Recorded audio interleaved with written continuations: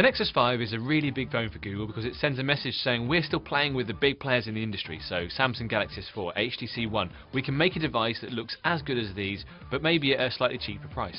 Whether Google subsidizes to the same level as the Nexus 4 remains to be seen, but it will definitely be a phone that people want because it's got vanilla Android. It's untouched by all these user interfaces that Samsung and HTC are throwing on there, and some people really like that.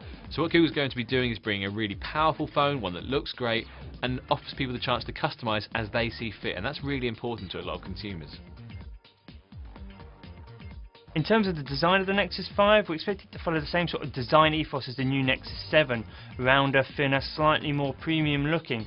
We may have even got a glimpse of it in a Google promo video where one of its employees was shown using a smartphone which did look like a much smaller Nexus 7. We expect to see KitKat as well as the new Nexus 5 handset launched side by side. The Nexus 5 is expected to be the first handset which runs the software, and then Google will roll it out to its other Nexus devices, the Nexus 4, the Nexus 7, the Nexus 10, probably pretty soon afterwards.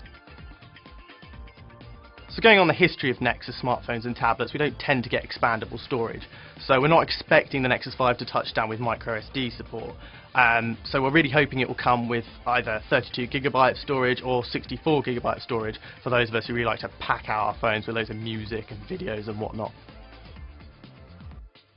The Google Nexus 5 is probably going to be made by LG, and because of that we're going to see a lot of really great specs, so a Full HD 5-inch screen, a larger battery, but more importantly a Snapdragon 800 processor which will be more kind to that battery while enabling really high power graphics.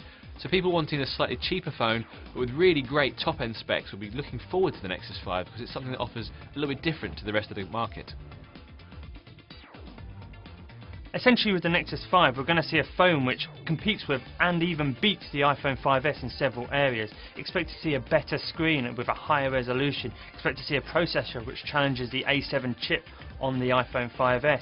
Expect to see a better camera which is up there with the iSight camera and the HTC One and the Xperia Z1. It's going to be a real whole package, and there's a new design in there as well to keep us all interested. In terms of a Nexus 5 release date, we're expecting Google to launch it in the middle of October alongside Android 4.4 KitKat. The Nexus 5 is expected to be the first handset to run the new operating system, and we expect it to hit shelves relatively shortly after the announcement, so maybe a week or two